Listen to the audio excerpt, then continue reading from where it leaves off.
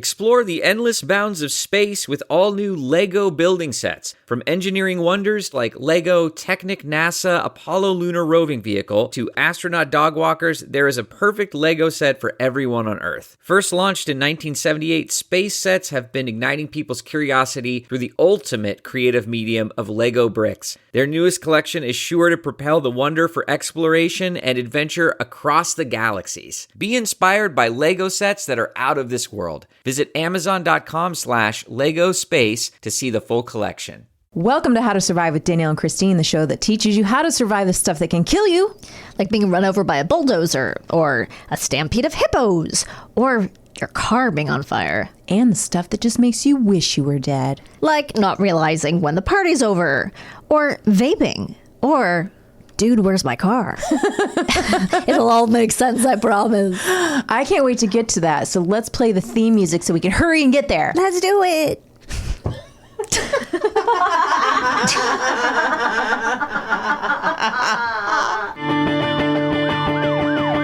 Ground is shaking under our feet. Mountains on fire, flooding in the street. Can't breathe the air, can't fight the feeling. Gobbling down Xanax ain't the way to be dealing. Gotta do better than just getting high. We gotta stick together if we're gonna survive. How to survive. How to survive. Welcome to How to Survive with Danielle and Kristine. I'm Danielle. I'm Kristine. Kristine, how are you? I am good. I just ate 2 Twix. So you Fun size. just told Garen and I something incredibly disturbing. Yes, my children do not like Twix. I can't comprehend what is the part they don't like. The deliciousness, the crunchiness, the what? The fact that it's Twix, it sounds like twins. They should like all of this. I am also befuddled. This is new information to me. I think they're going into a realm of enjoying candies like toxic waste. What's and that? Toxic waste is the candy that is similar to the... Okay, I don't know the name of the other candy to compare it to. It's like, it's really tart in your mouth, so tart you Sour. can't handle. Yeah, there's like 3 different candies. One is toxic waste. There's 2 others. And one is like zapped or something. It has a Z in it. We had candy like this when we were kids. Yeah. It's the kind that you're like, it's got we don't like it anymore. No. We loved it when we were Right, kids because it was really cute. Willie Ames, yeah. And we didn't know its political leanings. Yeah. But then we got older Right. and realized it was actually an insane kind of candy. No, I've never well, first of all, this is just me and I know I'm on the outside. I don't really enjoy candy that doesn't involve chocolate. When you were a kid, did you? No, I don't think so. I mean, I like a butterscotch, like a hard butterscotch. Are you 72? Yes. I know that it's associated with old people, but I don't know why. It's delicious. Alex loves Werther's Originals. And I just want Werther's Originals. to put her in a little cardigan and I know. give her I a pipe. love Werther's Originals. They're so good. They're so good. Thank you to the butterscotch. Pass. Well, Werther's are like coffee. Aren't they like caramel? Anyway, Yes, whatever. yes. I don't enjoy a Dot or a Pixie. What or about Fun Dip, where you take this? When I was a kid, chalk? sure. Yeah, that's that what I'm was fun. saying. When you're a kid, weird but candy is. I don't like the sour. I know that kids like things. Kids that love the sour. Yeah, I don't It's get big it. now. Sour gummies. I know. They're the worms, and then they're sweet, but then you got to get through the sour first. Yeah. That's a big thing right now in the kids' world of candy. I know. I'm not into candy that causes pain. I'm with you. Like, where's the joy? I don't know. I don't even. But I don't understand spicy food for that reason. I don't like food that. Oh well, that really caught me. Well, that's not supposed to be part of eating. The pain. Yes. Yeah, I used to like it in my 20s, and now I think it must be an aging thing. I don't want to have discomfort while I'm eating because you know why? I think so much discomfort anyway. Life is now full of so much discomfort. Life is spicy food. Life is spicy All right, food. what did they dress up as? I want to know. All right, Benjamin was green screen man. Green screen man. Is Yeah. that just the guy in the green outfit? He just wore. Have you heard of morph suits? No. So there's these new suits that are very tight and they zip over your head Yeah. too, but you can see through them. Yeah, even though you you don't have eyes. Yeah, I didn't know they were called morph That suits. might just be the brand. They've been around for many years, by the way. This might be the classic. I don't know. The green screen. Yeah, the green. So he wore the green one. He wore the green one. He was supposed to be a character from Fortnite, so of course I'd already gotten him a suit jacket and some fancy tie and a white shirt and some mask and some. You might know this because you watch Fortnite. I watch Fortnite. Yeah, I watch all every seasons. night at 6 o'clock Yeah. on WGN. The character who wears a suit and Agent Jonesy. Probably Agent Jonesy. And underneath his suit, he has a morph, like a sort of a black morph suit. But Benji was like, "Get me the green one in case I decide to be Green Screen Man too." And he holds a. Green Screen Man is also a character from. No, this is Benjamin's creation. Oh, okay. He said, "Everything to all people is Green Screen Man. It's whatever you want to project onto him." Okay. So it goes deep. It also, I don't know if any, like, It's Always Sunny in Philadelphia fans saw him last night. But Somebody that's also, referenced that. Yeah, because it's also a thing. And we did see someone a couple of years ago, and Oliver was like, that's the Always Sunny thing. That's what's his buddy's mom was like, "Oh, is this from It's Always Sunny?" And I was like, I haven't watched that show No, I don't yet. let my 10-year-old watch It's Always Sunny. I'm going to wait until they're a little older and we'll watch it together. I mean, they've watched a lot of other inappropriate stuff. It's really inappropriate. Okay, we'll wait a couple years on that one. Yeah. And Alex was a hip fairy. Okay. I don't know what that means. All I know is I had to sew her dress, which meant I had to get my sewing machine out that I haven't used in 2 years. Oh, when I decided I was going to make some masks for the pandemic. Remember when people made masks? Yes. I made one. Yeah. It was so badly made it could only fit her American Girl doll. And I was like, I made one mask and that was so hard I'll never do it again.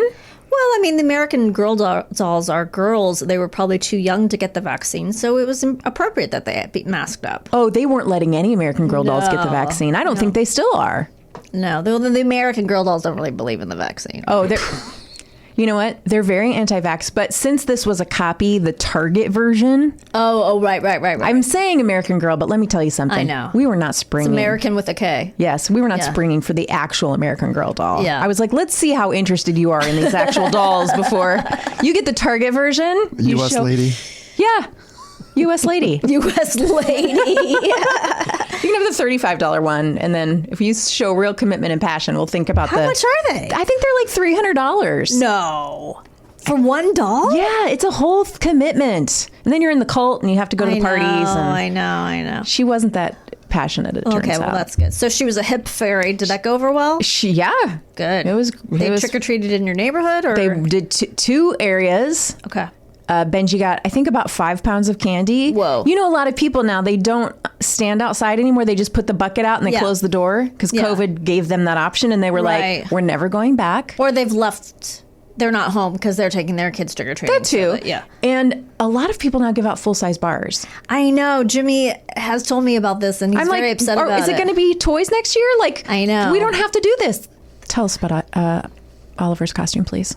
Well, so Oliver does this thing where he doesn't really want to wear a costume to school because he's going to be embarrassed if other people aren't. But he, obviously, part of him wants to participate. Okay. So he picks something where it doesn't really look like a costume. Yeah, he can say it's just his regular clothes. Unless you ask, right. In case. So last year he was Harrison Ford from The Fugitive. So it was like a sweatshirt and a jacket. That's great. So, and no one knew. Yeah. So this year he was like, well, I have to pick someone who wears glasses. So then he got the idea... I think Aaron already knows this. He decided to be a character from the movie, say it with me, The Taking of Pelham 1, 2, 3. I don't think I've ever seen this. No. I already saw the picture on social media. Okay. But in case our audience doesn't know, they can go look. It's amazing. I hadn't seen it until like a month ago. None of us had seen it until like a month ago. And it's a really great movie. It's a heist movie, but it takes place on a subway. And is it from the 70s? Yeah, and then they remade it with Denzel Washington. I love a 70s heist movie. It's good. Yeah. And who's Walter Matthau? Is he playing Walter Matthau? No, he's playing Martin Balsam, who you would recognize. Oh, is he related to Talia Balsam? It turns out, yes. I didn't realize that, but I think he is her father. I mean, it's such an uncommon name. It feels like, how can you have two Balsam? But I didn't really Balsams? know. I don't know who Talia Balsam is, except I guess she was married to George Clooney. I think she's married to John Slattery. Whoa. She was an actress, right? She's an actress. I could be getting this way wrong right now. No, but she is. I know the name. I just didn't. Anyway, Martin Balsam is a character actor. He was in he was in this. He was in 12 Angry Men. I know him from a couple of Twilight Zones. That's where I recognize him from. But you'd probably recognize him anyway. He had a green hat. Like in the movie, they're Mr. Green, Mr. I guess that maybe that's where Tarantino got it from. They're Mr. Green, Mr. Black, Mr. Pink. Like, because they're code names because they're the robbers or the guys holding the people hostage. What's the Tarantino reference? Oh, I'm sorry. In Reservoir Dogs, it's like Mr. Pink, Mr. White. Okay. So he was, but he did have a mustache on his mask.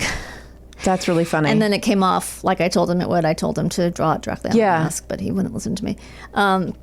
So he was, and then one kid said, "What are you?" And he said, "I'm from Taking of Pelham 1, 2, 3." And then the kid was like, "I love that movie." No, right.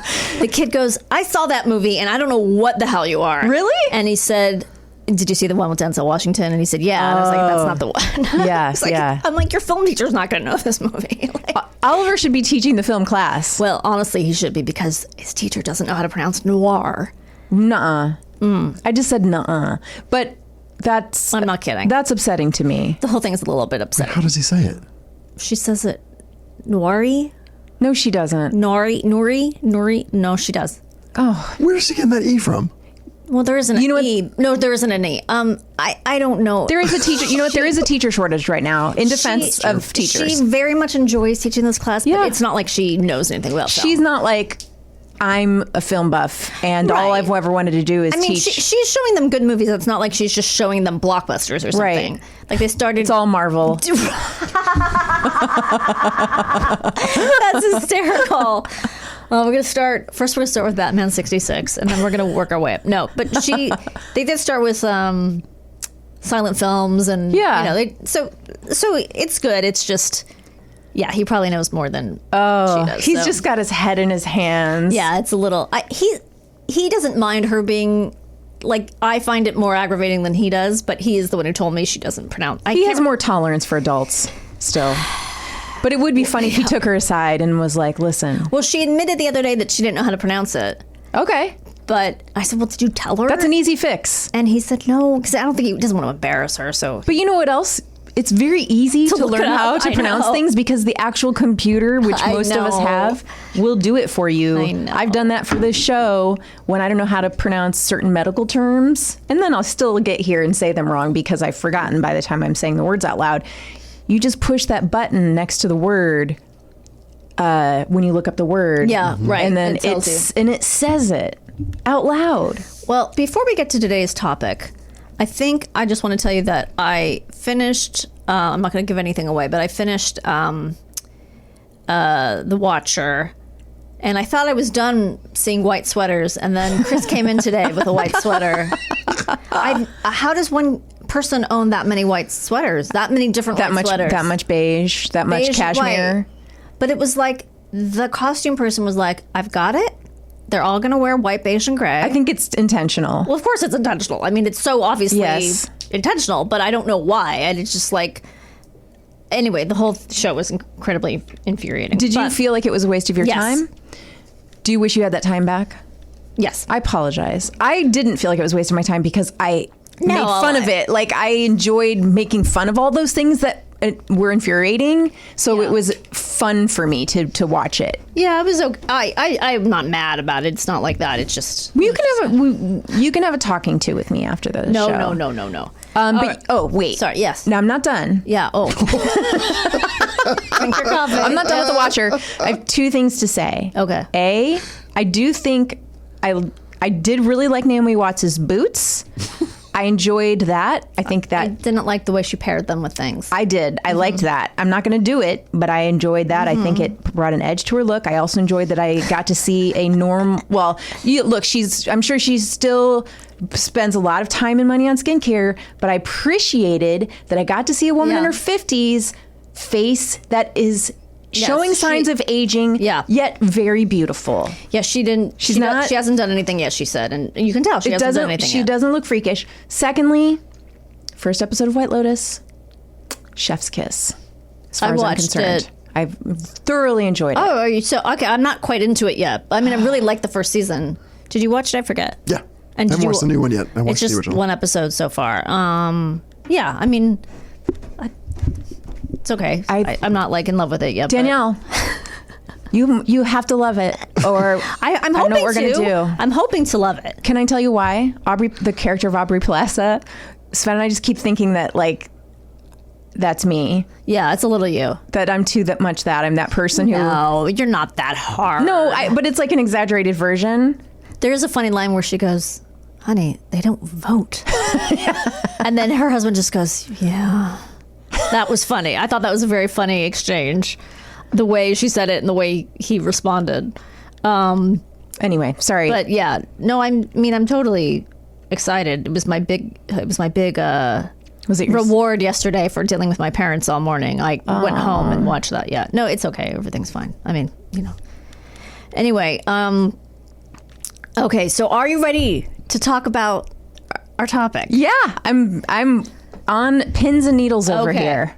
Today we're talking about how to survive a car on fire. Ooh, that sounds scary. I've seen a full car, an entire car engulfed in flames. Yeah, like on the side of the road. Yeah, but the entire car. Yeah, it's scary, right? Yeah, it was beautiful. And then did you walk away in slow motion from it? Yeah. Okay. And did you throw the match away? Okay. It's in my pocket. Yeah, all right. Good. Okay, how to survive a car on fire.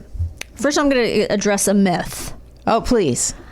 While it is technically possible, the truth of the matter is that car explosions are exceedingly rare. Cars can, however, catch on fire. We see that in the movies a lot. Yeah, so it all started with the Ford Pinto, I guess, was famous for exploding. And I actually didn't look it up. I mean, I've heard jokes. I remember my parents making jokes about the Ford Pinto, but I didn't look it up. But sorry, I'm getting a little distracted by myself. But yes, they in general don't blow up. They do catch fire, though. Okay.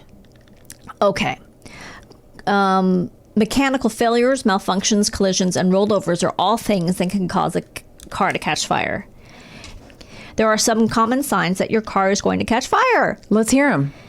Including sparks, leaking oil, fuel, or other flammable liquids, dysfunctional electrical system, smoke from the engine, and overheating exhaust/engine systems. First there's smoke, then there's fire. That's right. According to the National Fire Protection Association, there are 212,500 vehicle fires in 2018. That's a lot. Ooh, that's a lot. That's a lot. Which sounds scary, but this number has actually gone down over time. For reference, in 1980, there were approximately 456,000 vehicle fires. A lot of Pintos on the road back then. Yes, which means the number of fires in vehicles dropped by more than half over the last 40 years.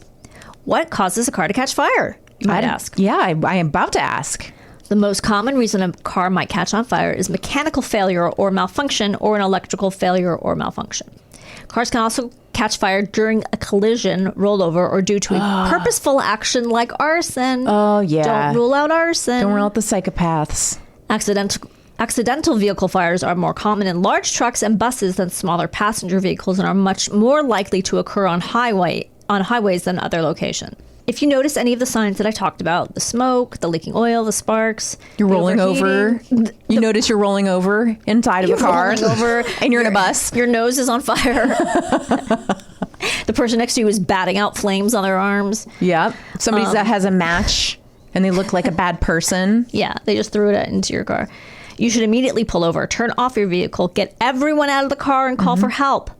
If there isn't an active fire, you might be able to call roadside assistance to have your car towed for repairs. Okay. But if you see smoke or fire, you'll want to call 911 right away.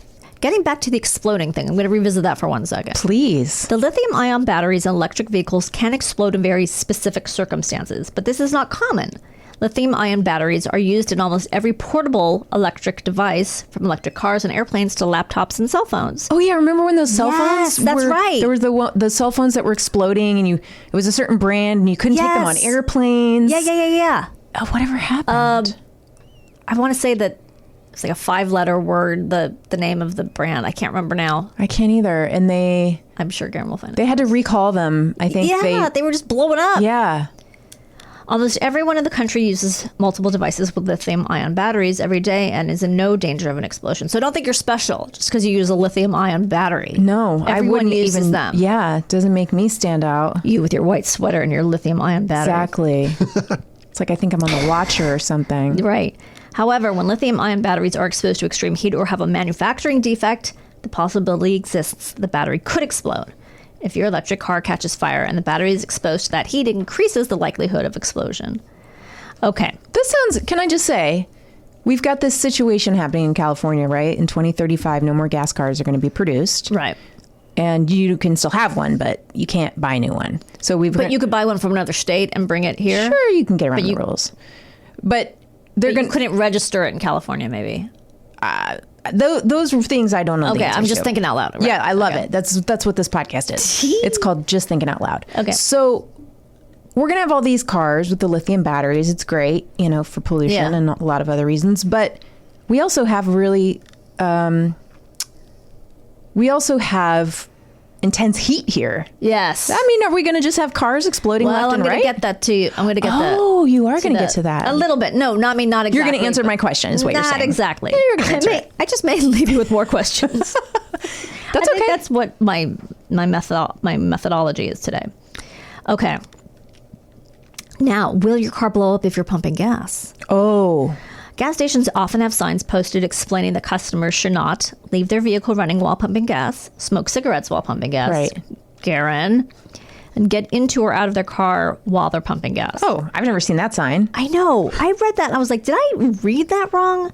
I know, it doesn't make any sense. I do that all the time. Yeah. Cleaning out the car while I pump gas. I gotta always, manage my time as best I can. I can't just stand around willy-nilly looking at the ads. Right. I'm going to wash the windshield. Your cigarettes are in the car. Yeah, exactly. Why do they have these signs? Because of the gas vapor that is present while fueling your vehicle. Mm-hmm. Gasoline itself isn't flammable. It is combustible. That means that in liquid form, gasoline doesn't catch fire. Okay. It does, however, turn into vapor very easily. The combustion from this gas vapor is what powers your car. That makes no sense to me, but I believe you. My brain is not able to process what you were saying. I think it doesn't really matter. Okay. But it still could catch on fire. It's just that if there was something to prevent it from vaporizing, it wouldn't catch on fire, but it does vaporize. So it will. Because gasoline turns into vapor so easily, a single spark is all it takes to cause an explosion. This could come from an obvious source like a lit cigarette or a running engine, or it could come from a less obvious source like static electricity discharging from your finger to the gas pump. Oh, you know what, Danielle, I think I get it. Because a match, you're not going to stick a match in the liquid to light the fire. The match near the gas is what I guess lights the match. That's the vapor. Right. Oh my God, I think I just solved a math problem in my mind. Right. But I still think if you put a match to, I guess you can't, there is no gasoline without the vapor, I think. I mean, I think the vapor is going to come off regardless. So I don't know how you would conduct this experiment, how you would take the vapor out of gasoline. Yeah, you'd have to have a devaporizer. Those kids today, they think they're so cool with their devaporizers. Yeah, I know. They're cherry flavored devaporizers. I know, but it's still going to give them cancer. I still don't understand if a vape pen is for tobacco and marijuana, or are they? Do they sell them separately for like one's for tobacco, one's for like you marijuana? can vape pot, right? And you can vape tobacco. Yes, but it's different implements. I think so. Well, I have seen the vape pens that have for tobacco, and it's like liquid nicotine. Okay. And you have to like refill these cartridges. All right. I've seen my your sneaky husband has them. No, his isn't that. It's my in-laws have those, and they're constantly having to refill the cartridges with this liquid nicotine. And then there's ones that aren't... Which they get from people spitting tobacco juice, right? I think so, yeah. Then they... It's recycled. Then they're the sort of little pens for nicotine that you just throw out. Like, you don't have to refill them. They're just sort of like... Disposable? Disposable. Seems good for the environment. Well, let's just all agree that any method is cool. It's all very cool. As soon as I see somebody vaping, I think that guy's got it going on. That's sexy. Yeah. How do I get into that? The more vapor, the better. Those big clouds of donuts. I want to see more people vaping. Oh, wait a second. I'm going to answer my own question. This is why they don't want you to get into or out of your vehicle at the gas station. The friction between you and the seat of your car can be enough to build up static charge. Oh, it's your butt. Yeah, now I don't know if this has ever happened. It Butt sounds static.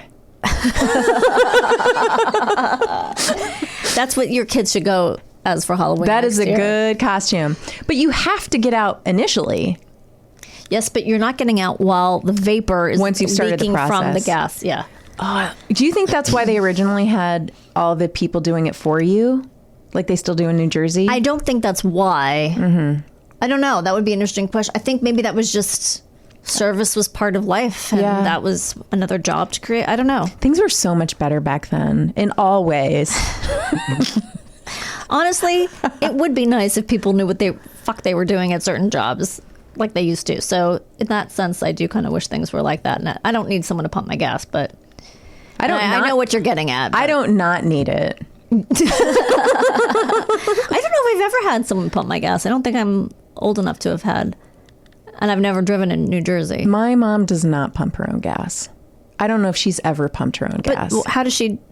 But in Ohio, they have people who pump your gas? Yeah. They do? Oh, yeah. So it's You just have to go to a choice. Yeah, it's a choice. It's not. Oh, like it used to be here in the 70s. Yeah, it's not like New Jersey where it's just the only mandatory, option, yeah. but you can go either. And why won't she do it herself? For men to do.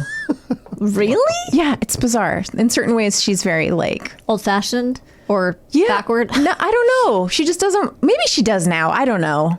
Huh. Okay. While it is certainly possible to do all these things without causing an explosion, the risk is real and it isn't worth the possibility of causing a fire or explosion at the gas station. So turn off your car and put out that cigarette before you start pumping gas. Can cars explode from overheating? While it won't cause an explosion, overheating can absolutely cause your car to catch fire. Again, more with the catching fire. Yes. If you notice your heat gauge edging up into the red, it is important to have your car checked by a mechanic ASAP possible. The intense heat hitting most of the nation is already invoking warnings about power outages and health impacts. But there's also another danger posed to drivers, as record temperatures lead to a greater risk of battery failure and degradation, according to engineers. Batteries are like humans. They don't like heat, high heat, or low heat. Oh, that's weird. I like low heat.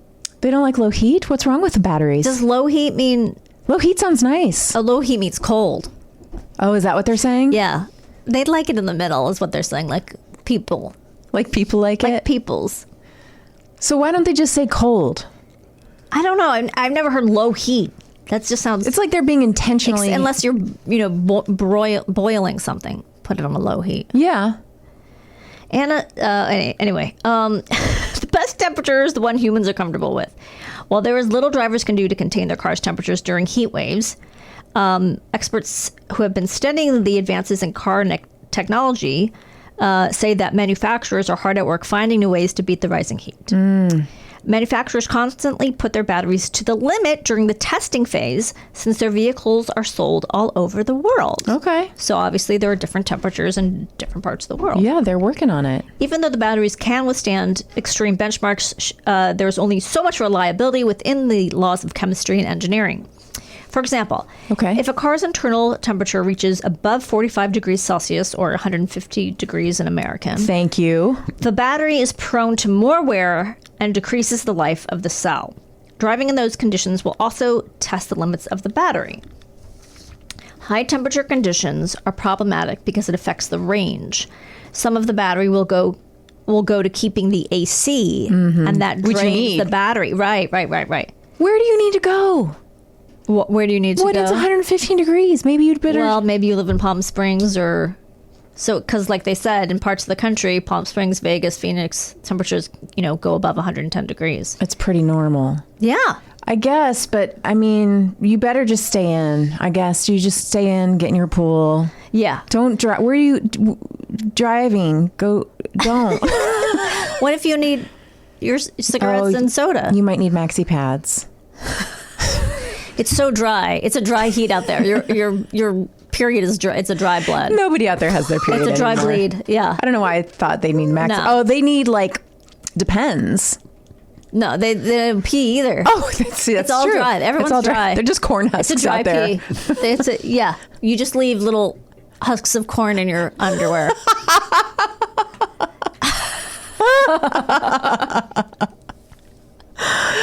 Oh, that's gonna give me nightmares tonight. You're right. Yeah. Heat is a bigger issue when it comes to electric vehicles, which rely entirely on the power of the battery. EV batteries and systems have measures in place to prevent them from puckering under extreme temperatures, according to experts. Puckering. I know, it's a weird... Yeah, it's a weird expression.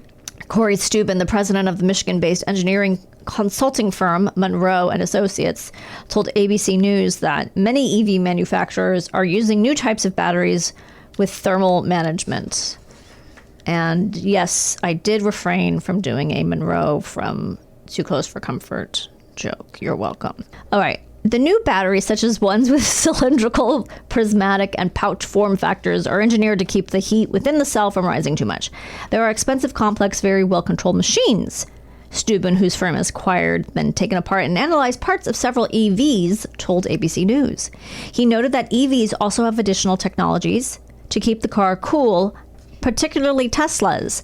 The company's models are equipped with data tracking that keeps an eye on the battery's temperature, the ambient temperature, and the temperatures of its charging stations, according to Steuben. The car's alert system has the option to tell a driver when and where to stop to recharge the car to prevent overheating while they're on the road, Steuben said. Imagine if you had a 1980 Ford Bronco with a regular car battery. No one knows what's going on in your car and where it goes. Now we have the technology to constantly monitor the battery and make changes as you drive. Big Brother is watching you. Yeah, and they'll take away your check mark. At the same time... I never had one. At the same time, Steuben said that some manufacturers have implemented new tech to keep batteries cool. They give them vape pens. Oh, that's the solution right there. BMW, for example, has opted to place the battery in the trunk instead of the engine to reduce the heat, he said. Just vape on it. Menthol. Vape on it. It requires an expensive cable, but it's a better climate-controlled environment, Steuben said of the trunk. It's essentially the same temperature as the cabin. Other methods include cooling systems that pump liquid coolant throughout the engine to keep it from overheating, he said. So this other person said the best solution for motorists is to park their vehicle in the shade or, if possible, in a location with a controlled climate like an indoor garage. For EVs, she recommended owners charge the car during hot days because those chargers and batteries have safeguards to prevent overheating. So why would you want to charge it on hot days? Doesn't track for me. Those chargers and batteries have safeguards. I think we're going to cut that out because I don't understand it. She acknowledged that the method can lead to bigger problems as it will tax power grids during a high heat event. Yeah, because, you're not supposed to do your laundry or use your dishwasher and all those things on hot days. They say wait till night when the power grid isn't as overloaded. I just power wash my windows when it's 100 degrees. I don't want my hose to feel like I've abandoned it. So I just kill ants with it. You don't want your hose to get depressed. Yeah. It's a self-propagating problem, she said. The higher the temperatures, the more energy we need to use to cool our vehicles, and that energy is lost, and that will heat the environment. That's why it's crucial that we continue to improve the battery technology and the power grid. Are you ready for a very, very short story? Oh, I would like them longer, but I'll take it. I tried. I did. You just talk slow. Firefighters. Okay, so this is from this year. June 22nd. Okay. 2022. That was very recent. I know. Firefighters worked hard to put out a fire-engulfed Tesla vehicle that self-ignited in a Sacramento wrecking yard earlier this month. See, all you people want Teslas out there. The Sacramento Metropolitan Fire District said the vehicle had been involved in a wreck 3 weeks prior and had major damage. Did it drive itself into that wreck? Maybe. Well, yeah, it's self-driving and self-igniting. According to crews, the car kept reigniting due to heat from the battery. Mm-hmm. Working with the on-site wrecking yard personnel, the Tesla was moved on its side to gain access to the battery compartment underneath, said the fire district. Even with direct penetration. Wow. See, those Teslas, he wanted to spell sexy. What? With, there's the Tesla S and the Tesla E and the Tesla X, because Elon Musk, he's a genius. Wait, are you fucking kidding me? Oh, I wish. I never put that together. Yeah. So He's 12 years old. Even with direct penetration, the vehicle would still reignite due to the residual heat. Authorities said firefighters and yard staff eventually dug a pit and filled it with water to stop the vehicle from igniting and catching fire. wow, that's insane. Can you imagine? That's like a Stephen King novel. That You is. just go outside of the car, just keeps catching fire. That's so fucking weird. That book was predictive history. Kristine. Yeah, it's what all Teslas are going to do to us. Oh my God. Isn't that bananas? That's crazy. Yeah, so You know, Sven's car caught on fire no. when he was driving it. What? Yeah, on the freeway, and he drove it down the exit ramp, and it was the flames came up over the windshield. What? Yeah, the fire department had to come and put the fire out. When he called me, and when me and the kids got there, we could still see the fire department there putting the car out. And I think the kids were maybe like 3 or 4 at the time. And then after that, Alex was so afraid to go in cars because she was thinking like cars would just randomly catch fire. Why did it catch on fire? Something to do with, I don't even know. It was old, it was an old car, and I think it overheated. It was one of those things where it got overheated and he was ignoring the temperature gauge for a while. Like, because it was like the car was dying basically. Right. And it was time for a new car. And he was like, I'm going to kind of drive this into the ground and then we'll get a new car. And he did. And he did. He drove it into almost a pit that they had to bury it in. I can't believe that he had to maneuver the car while... Was he scared? I don't know. He doesn't scare easily. Okay. I would imagine his adrenaline pumped a bit when the roof was in flames and came up at him at the windshield. Wait, did it start in the back or the front? The front. So, oh my God. That is crazy. Yeah. And how was he close to an off-ramp? I think he was pretty close to an off ramp, so it wasn't too bad. He just hopped out of the car, called 911, and yeah. Wow. And then took a video of it and sent it to me and was like, "Can you come?" I may not be able to pick up milk after all. Yeah, I need a ride. That's bananas. And I mean, it was pretty crazy because he was like, "This is pretty rare." We kept trying to say to Alex, "This is very rare." Oh. But I mean, for like a year, she would be like, "I'm just really worried. Yeah, I get it. The car's going to catch on fire." I'm like, "This never happens." I mean, it happens to us, but no one ever drops boiling water on their. yeah. No one's bathroom ever gets over flooded when they're in another country. No one just breaks their leg in Costa Rica. Like, it's just us. It just does. Well, anyway, that was what to do or how to prevent your car from exploding or catching on fire. And don't buy a Tesla. Maybe. Well, don't buy a Tesla. Yeah. Well, it sounds like they have it. I don't know, because that was just in June. I don't know. Do you want to give your money to Elon Musk? I don't. I certainly don't. No. I don't at all. I think he's fine. I think he's doing just fine. That was great. Thanks. Thank you for teaching us. You're welcome. I love to learn. And we'll be right back with our guest. Wonderful. Welcome back to How to Survive. What just happened to me? Welcome back. Welcome back. Where's my pizza? That's not offensive. How was your break, Kristine? Dealing with the kid stuff. It was a lot of figuring out where kids were being picked up and dropped off. Right. It was not relaxing. No, But I think it's all going to work out. I don't think any of my kids are going to be scarred for life because I left them. Oh, wait. Sound is... You're good. You're fine. Oh, God. I had a panic about the sound. Why? What did you think happened? It lost in my ears. Oh. It lost in my ears. It lost in my ears. Is that going to be on a t-shirt?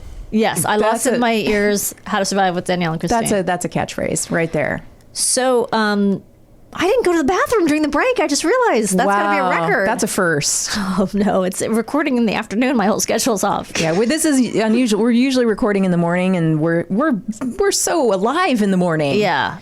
So this is mid-afternoon when usually we are taking our long afternoon naps. Maybe it's just so hot in here. I dried out, like in Phoenix. Oh, like a corn husk? Like a corn husk. Yeah, like they urine turned to corn. Like they do in Palm Springs? Yeah. This is all making sense. Yeah. That's why old people move to Palm Springs and Florida. Is it? Yeah, because they're going to pee themselves, and that way it just dries out. Okay. Although in Florida, it's not a dry heat. It's a wet heat. I don't want to go there. I don't want to ever hear the words wet heat together again. Apologies. The first half of the show, we talked about how to survive your car being on fire. And now we're going to talk about how to survive Dude, Where's My Car? With the writer of that screenplay, Phil Stark. Hello. Phil is now a therapist. He was an author turned therapist, a screenwriter, an author, a TV writer. Yes, screenwriter come author. Yeah. Switch to therapist. Yeah. Yeah. Thank you for being here. My pleasure. We're Thanks for so having me. excited. We made it work. Yeah. So, you wrote on that 70s show. Yes, I'm wondering if you know someone I knew. I do. Who was fired in I a certainly blaze of glory. Anyway, so thank you for being here. So, what made you go from? Well, I guess this is a setup for your story, right? It's all one big setup. Okay. So, what happened? How did you go from being a comedy writer to a therapist?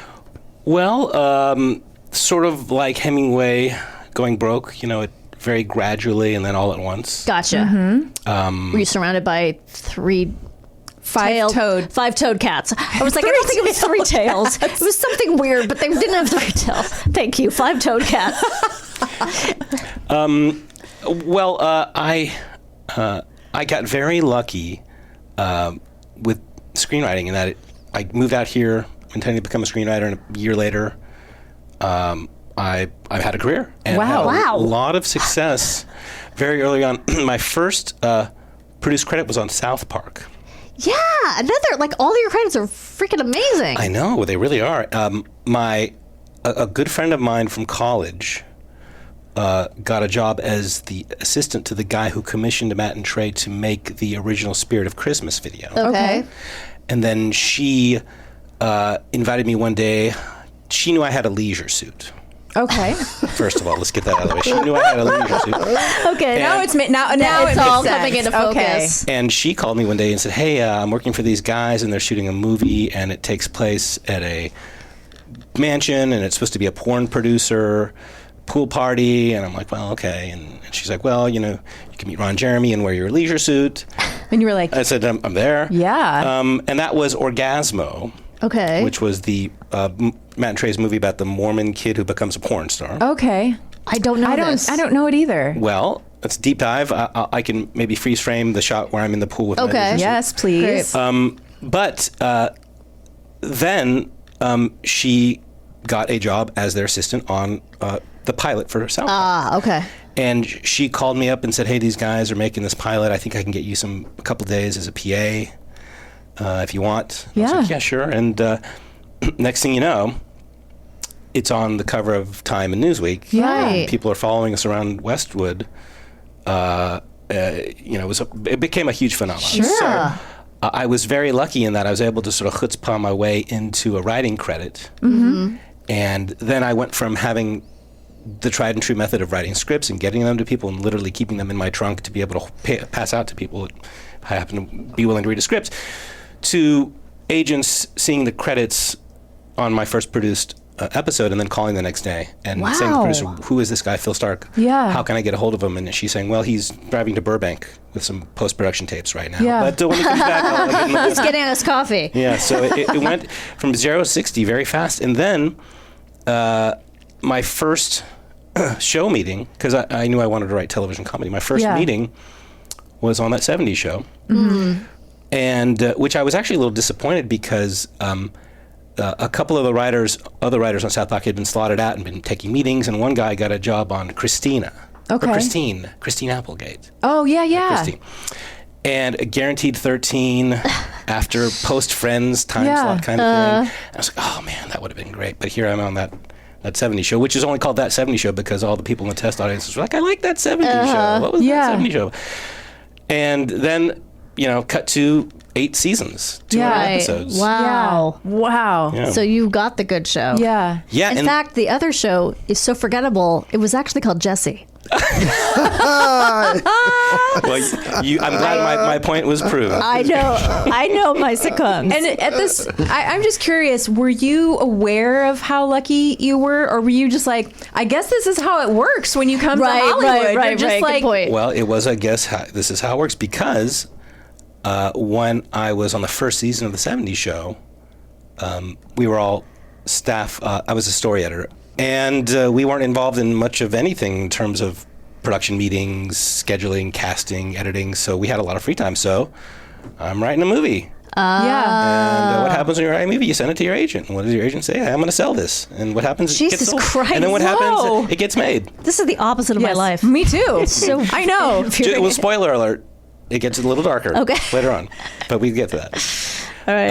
And so, like, when you say this is just supposed to be how it works, that was the experience that I had. Yeah, because it's like everyone's life. It's like, if that's your experience, then that's your reality. Yeah. And so you just take for granted that, well, if you come to LA and you want to be a screenwriter and you do it this way, it works. Yeah. You know, but it usually doesn't work that way, which is... No, in fact, there was a point on the 70s show, I think around the second or third season, where we got a 2-year pickup, a 2-season pickup. Wow. And that's never happens. No. Ever. And, I mean, the crew was out shooting guns in the air. I mean, everybody was so fired up. And the lower level people, you know, were just sort of like, well, all right, I guess I'll figure out what I'm doing over hiatus. What country do I want to go to over Jesus. hiatus? Oh, wow.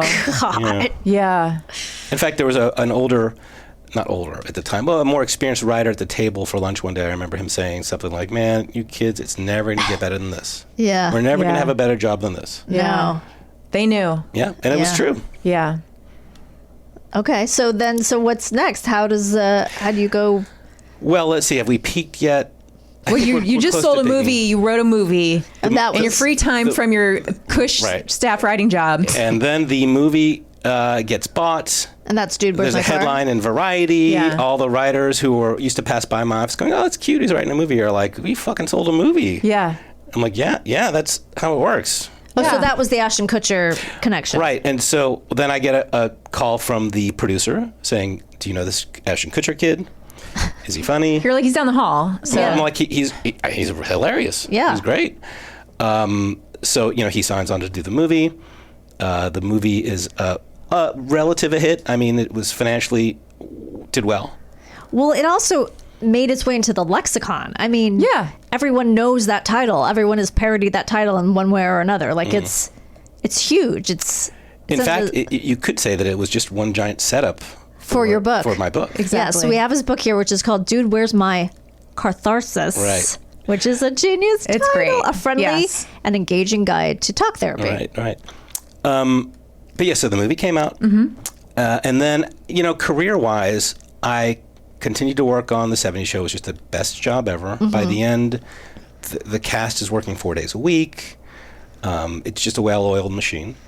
I continue to pitch and sell scripts, getting paid to write a pitch, selling a spec. Nothing got made. And then when that 70s show ended, it was sort of I remember, like, I think around the third or fourth season, watching the premiere of Survivor, right around the writer's strike at the time. And people were like, whoa. Reality Whoa, this reality television. shit And what is year? pretty What big. year is this? Around 2000, early 2000s, Early right? 2000s. Yeah. And before I started on the 70s show, the track for being a television comedy writer was to get one of the many available staff jobs on one of the 50 half-hour Right. multicams Yeah. that were on the network TV Yeah. at the time. And then get an overall deal, which involves you simply going to your office at Radford and figuring out what you want to have for lunch, and then working on some pitches. Right. Yeah. And by the time I left that 70s show, there were far fewer multi-camera shows. Right. Reality TV was really starting to take over. Yeah. Overall deals, they actually expected you to work on another show while you were developing, Right. which was a huge demand. And so that was sort of my peak as far as my screenwriting career. From that point, I was able to get meetings with anybody, everybody. I knew everybody knew me, in a huge sense. But I was familiar with the town, and I would sell a network pitch every year, and it wouldn't get made. And then I'd be like, and then I'd write a spec and send it out, maybe get some meetings. And I got to that point that a lot of people in the industry are familiar with, which is the point where they don't tell you that you should stop. They don't Yeah. tell you, hey, you know, you probably not going to retire as a screenwriter. And I hadn't really considered what I would do the rest of my life.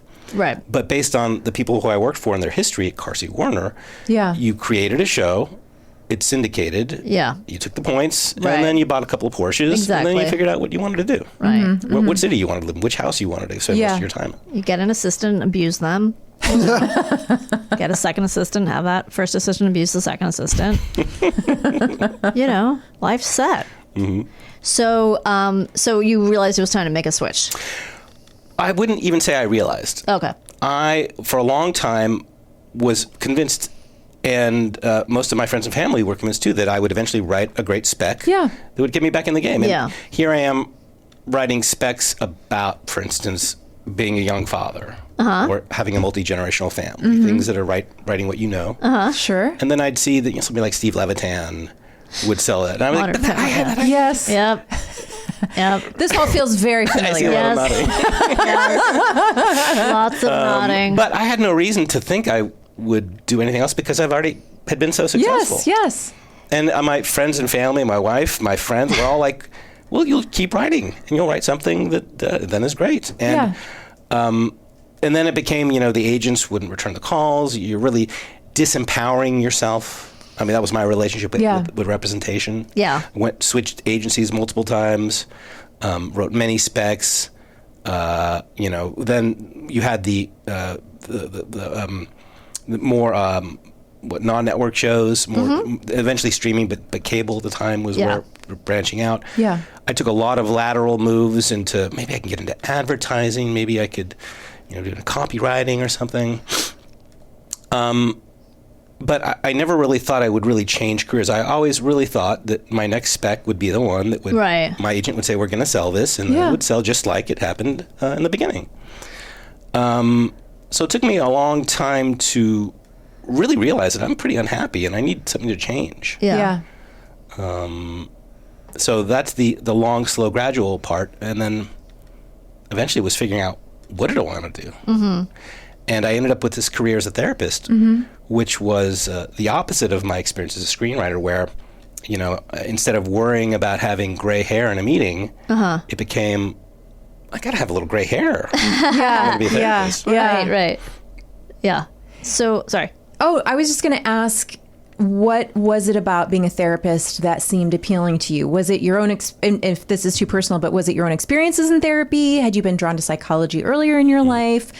Did you just like sweaters? Was it, like you had studied something like psychology before, because you didn't say sort of what you had studied before you came out here to be a writer? No, I never studied. I was a film major, actually, but I'd always been in therapy from, I was a therapy as a kid. My parents split up, and my mom took me to therapy. And at various points in my life, I'd been in therapy for various crises. I'd been on and off antidepressants at certain times in my life, so I was really familiar with that world. And I think it was interesting because I taught a class, when the scripts weren't selling, I was like, okay, maybe I can teach. So I got a job at a place called The Writing Pad. Okay. Oh, yeah, I've heard of it. Which is a wonderful sort of non-credited, non-academic kind of place for people who are really interested in, mostly non-pros, to go and learn how to, in my case, write a comedy pilot. And, a great pilot is very much about the author, I think, of the main character is the main character, but it's really the author's story and the author's journey. So I found myself working with a lot of people who really wanted to tell their story, but they didn't quite know they were telling the story. They thought they were telling their main character's story. So we would always have conversations, not about what's the blow to the scene or what's your act structure. It's like, your main character seems to want this, but they do this. Why is that? And, invariably would turn into almost a therapy session with, well, they really don't like their husband, and they want to break up, and they don't know what to do. They're taking this writing class. Well, what would they really want to do? Let's just spitball, And actually that sort of made me realize that maybe I could be a therapist. And it was something that I'd always been interested in just from my personal experience. The big hump to get over was going to grad school, which is such a commitment. Yeah.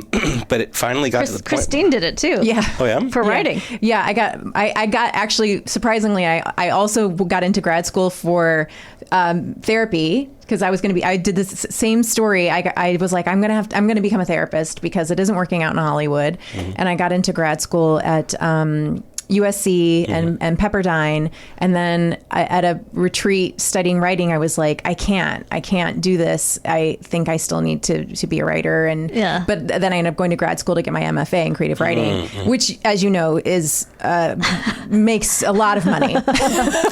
Cha-ching. Yeah, no. So I'm right, Garen. Oh yeah.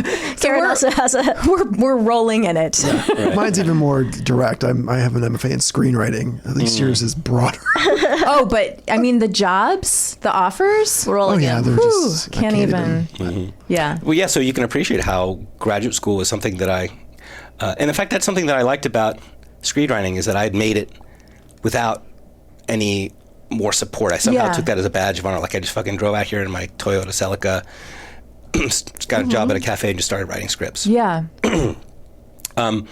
So going to graduate school was a big hurdle, but once I committed to it, it really felt right. And now I'm practicing. I'm an associate marriage and family therapist. But I've always liked to express myself through writing. And it's such a pleasure to be able to write something that relates to what I'm doing now, what I'm interested in. I enjoy it much more than standing in the shower and thinking, oh, I have a premise for a show. Yeah. Oh, this could be a cool scene. And now I'm like, oh, I don't have to write that. Yeah. I don't want to write that anymore. It's just, in fact, my goal so for you this... don't miss it. No, but I miss showbiz a little bit. Yeah. I mean, I'm looking forward to like being a non-writing executive producer. Oh, okay. Yeah. The one who gives the notes. Yeah. And then the writer goes off and takes Right. Getting on that side of it. Are you going to move away from therapy back into that? No. I mean, I love the work of being a therapist. I love working with clients. In fact, a little bit of a connection to show business is that I work with couples, and I also work with writing partners. Oh, interesting. I work with work couples. I have clients who are co-founders. I have clients who are a screenwriting team. They're not romantic, platonic. Right. Podcast partners. But I sort of have a foot in the industry. I mean, all my friends still are in it. And we're always meeting up and talking about it. And I love hearing about what's going on without feeling like I have to keep up or compare myself to that. God, that sounds amazing. I just can't imagine. That sounds fantastic. You know, we'll get there. We'll get to the point where, I mean, I get there every day, but then I go back to, I'm still doing this, but then anyway, it's enough about me. Look what he's doing. He's turning doing his it. magic He's therapy doing scope it on to me. us. Therapy, the wonderful thing about it is it's just so much about listening. And it's really the opposite of being in the writer's room, right? In the writer's room, the tension is built and built and built and then wonderfully undercut. Right. With a great joke. Right. And it's a great, wonderful release of tension. Right. And we're all trained as writers in that area to do that. As a therapist, my job is to just let the tension sit there. Yeah. And just to sit with the tension. And I can't tell you how many times I'm like, I have the best joke. Oh, that's so funny. I would blow the fucking roof off this scene. We're going to end the session with such an out. Oh my God, that's hysterical. But I have to really... hold back on that and sit with that tension and even not even say anything often. Yeah. So it's sort of the same room but a different muscle. So I'm curious, did you have buddies in the business who tried to talk you out of leaving? I wouldn't say people tried to talk me. I think people were surprised because I think I was a pretty good writer. I can't say that my passion was writing pilot scripts for episodic TV. I loved being in the room. I love coming up with a blow and getting us out of there and not staying for dinner. Phil, save us. Yeah. Not that happened all the time, but I love working with people in that capacity. So my friends who were like, how could you stop? You're so funny and talented, which I really appreciate, and I feel is the case. But the industry, that often is not a factor in their success in the industry. Yeah. Well, I think... So, I'm sorry, Danielle. No, I was just going to say, for those people who aren't in show business, the blow in this case doesn't actually mean that Phil was going to procure cocaine for the rest of the writing staff. The blow is the final joke in a scene. Okay. And we're not saying he didn't. And maybe I'm not saying he didn't. I'm not saying he did, and I'm not saying he didn't. He might have gotten the highest grade blow in LA. And that's how he got all the laughs. Yeah. Yeah. They were all high in cocaine. You can crush on cocaine. That's right. Speaking of the guy I was talking to you about before. And All be right. crushed by Yes, cocaine. right. We're not advocating cocaine use here. We're not unadvocating cocaine use. But yeah, I think it's also, Danielle and I have talked a lot about sort of missing being in that room and also Yeah. not missing, for me personally, the stress of being in that room as well. But the energy of that room is a lot of fun. But also it's when people have come up to me and said like, oh, how come you don't work, on shows or whatever? It's like, well, it wasn't my decision. Yeah. Are people your kids? Yeah, it's the kids. Yeah.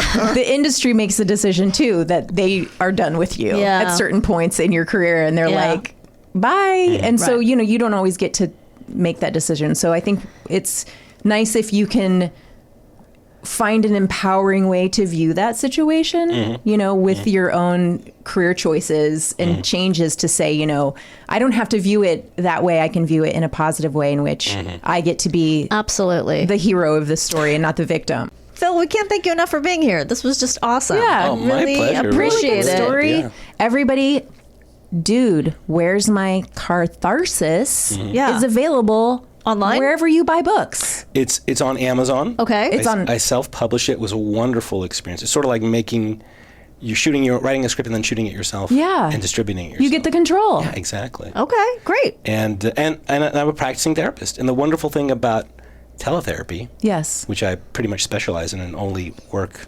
online, is Oh, that okay. I can see anybody, instead of just saying from Silver Lake to Highland Park, it's San Diego to Northern California. So the whole state of California is available to me. Nice. It's great. Because you're licensed in California? Exactly. Got So nowadays with teletherapy, when I still see a therapist on my own as a client, I think, well, do I want to drive to Larchmont Village? Oh, Yeah. There's some great bagel places, so Sure. I often do. We were there last night. But now people don't have to think so much about where they're going to drive and how long it's going to Yeah. take. It's sort of just like, do I like this person? Yeah. Yeah.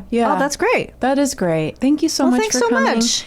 And we'll be back. With what did we learn what- this week? So much today. What did we... We'll be right back with what did we learn today. Kristine, I'm ready. are you ready to hear? You are ready. Lay your deep knowledge upon This me. is what we learned today. Werther's Original is a brand of butterscotch toffee hard candies made in Berlin, Germany. That's why my daughter loves it. Because of the German part of From the Deutschland. From the Motherland. American Girl dolls can cost upwards of $265. I just rounded up. Jeez Louise. Well, you always got to have these accessories included. Well, I understand that, but I just didn't know the doll itself was so expensive. Talia Balsam is the daughter of Martin Balsam and Joyce Van Patten, which I had no idea. So Joyce Van Patten... Who's that? Well, she's Dick Van Patten's wife. So Dick Van Patten was the father on Eight is Enough. So you're telling me... So she was married to before? two lookers. Martin Balsam and Dick Van Patten. Which one's Dick Van Patten? He was From the father on... He was the Eight is father Enough. on Eight is Enough, yeah. Is he's related to the other Van Patten, right? He's the father of Salami from What? White Shadow. Remember the show White Shadow? Yes. Timothy Van Patten. Okay, well, I don't was know that. on it. He played Salami, the white kid. Okay, but who's the other Van Patten? Old guy. From Coach. You mean Dick Van Patten? Yeah. No. They're not related? You mean Dick Van Dyke? Oh my God, Yeah. shoot me. Just dig Yeah, a hole and put me in I'm it. going to. So Talia goes for a slightly different person, different type than her mother. She was married to George Clooney. Yes. And John Slattery. Girl gets it. Hubba. What? You know what? I want to talk to her. Is she still married to John Slattery? I believe they are still married. So I still don't know any of her credits, but I'll look it up. You know, she was on Mad Men, and I think she plays his wife. Oh, you're kidding. That's why I think that's how I know it. I think I was watching Mad Men, and I was like, that's his wife in real life. Okay, got it. But I also just thought Dick Van Dyke and Dick Van Patten were I know. brothers. So, you know what? Anything I say at this And point... I think I said Tom Van Patten because his name was Tom on the show. But Dick Van Patten is the father of Salami, who is Timothy Van Patten. But there's another kid too, and I don't remember the other kid's name. When you said the father of Salami, I thought that meant he was in commercial for Salami. He was in commercials for dog food for a long time. And I was like, is this like being the king of salami? Like, I went on this whole other journey in my mind. The safety of the design of the Pinto's fuel system led to critical incidents and subsequently resulted in a recall, lawsuits, criminal prosecution, and public controversy. Oh, I can't wait to see some exploding Pintos on YouTube. Yes. It's going to be a fun day for me. Sparks, leaking flammable liquids, overheating lithium batteries, etc. can cause your car to explode, but it's very rare. Sometimes smartphones explode. The likelihood of your smartphone exploding is slim, but it happens as demonstrated. This is the one. Samsung's Galaxy Note 7. Oh, the Galaxy. Yes. Beware the butt static. Keep your car out of the heat. Just leave it in the garage, assuming you have a garage. Tesla's car line spells out sexy cars. Jesus Christ. Models S, 3E. Oh, the 3 looks like an E. Why didn't he just call it an E? Because Ford wouldn't let them. Well, because Ford has an E? Mm-hmm. Oh, okay. Models S3, which is like the E, X and Y, plus Cybertruck, new all-terrain vehicle, roadster, and semi. He's so cool. He probably vapes. He probably totally vapes. Yeah. All right. Well, that's what we learned. You know what? Don't sound so defeated. No, it's just, I'm just thinking about him and his vaping and his 9 children and his, pale skin. Oh, God. I bet he has tiny hands. Oh, my God. The vape pen must look so big in his tiny hands. Oh, my God. Cute. That just reminded me of the theory I had about Winona Ryder. Oh, okay. So about the smoking? I watched all those videos of her smoking, and I realized the reason it looks so weird is because she's so little that the cigarette looks massive. It's like either somehow she gets them to make her double-sized cigarettes, or she's a miniature, tiny person. I do think she's tiny. Oh, she must be. I don't think she's necessarily she's probably not shorter than me. She might even be taller than me, but she's very little. She's so miniature that I mean, you watch those. Please watch the compilation. I did. I watched some of them. The cigarate. Watch it again now that I've said now it. that I'll think about it. The cigarette looks. It's like forced perspective. It looks so big. She's 5'3". I was like, how is that cigarette so huge? And then I realized finally, I was like, it's her. It's not the cigarette. But see, here's the thing. I watched the beginning of that compilation. I did not watch the whole thing. But it didn't seem as odd as I remembered it because these were from movies. Yeah. And the smoking didn't seem as awkward as it did to me in Stranger Things. It does look strange. In Stranger she's Things, gotten weirder and weirder. It's like her hand is all curved around the cigarette. I think she's acting. I think she's trying on to purpose. act. Yeah. But also, that cigarette, please. It's huge. It's so strange. I can't stop. It's a Virginia Extra slim. They're all like the hundreds. You know, this hundreds. That's what I meant. Ones? Yeah. Anyway, oh my God. I need you to know. All right. Well, I got so excited. I couldn't wait to tell you and our audience. Thanks for listening, guys. Until next time, remain calm.